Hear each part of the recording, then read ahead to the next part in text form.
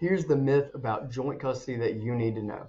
A lot of people think the best way to handle a joint custody case is to put down the other party, to point out how bad of a mother, how bad of a father that party is.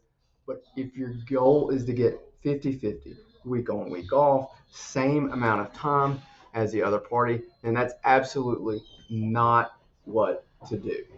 Um, and in this video, we'll go through the statute here, which is 33-152, as to why that's not the way to handle joint custody. So what is at stake if you don't do it the correct way? If you don't do it the correct way, then there's a possibility that you get put in a situation where there's a clear winner, where one party is the custodial parent and the other parent is the old school every other weekend type parent. And if your goal is the week on, week off for equal custody, then that's not what you want to do. You don't want to force the court into picking a winner. My name is Sam Bone. I'm a Gadsden, Alabama child custody attorney, and I would love to help you if you've got any questions. So let's move down to the statute. This is the statute for the factors considered for joint custody here in Alabama. So we'll read this here. It says, the court shall in every case shall consider joint custody. They've got to consider it. That's where we start out default. But they may award any form of custody which is determined to be in the best interest of the child.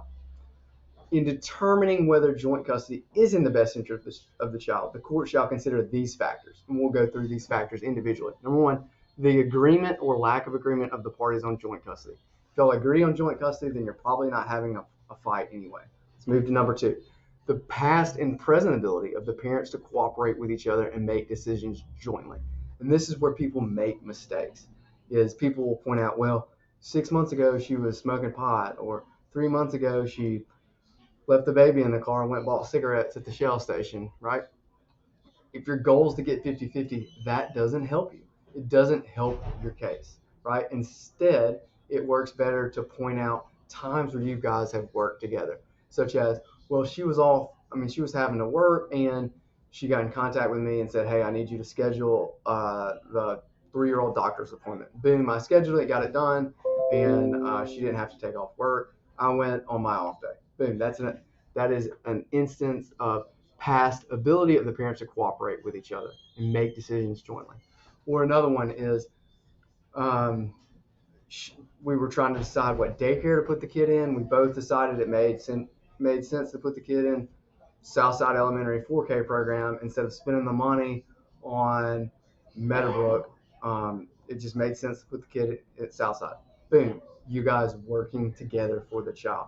That's the key. So even if the other party's trying to bash you, say you're not the right parent, you're not a good parent, if your goal is joint custody, bashing them back doesn't help. Instead, it helps to show where you've worked together. Number three, the ability of the parents to encourage the sharing of love, affection, and contact between the child and the other parent. So if you can show, yeah, I absolutely encourage my child to have a relationship with the other parent. I encourage them to call them mom. I encourage them to call them dad.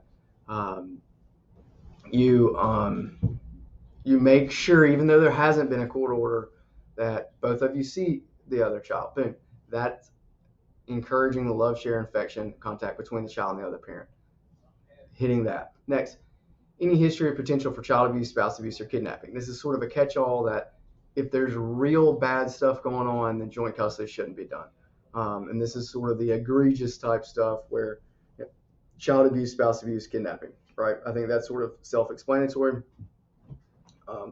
If that's going on, then joint custody is going to be hard to be in the best interest. This is, to me, the most important part that you hear the judges talk about the most is the geographic proximity of the parents to each other, as this relates to the practical considerations of joint physical custody.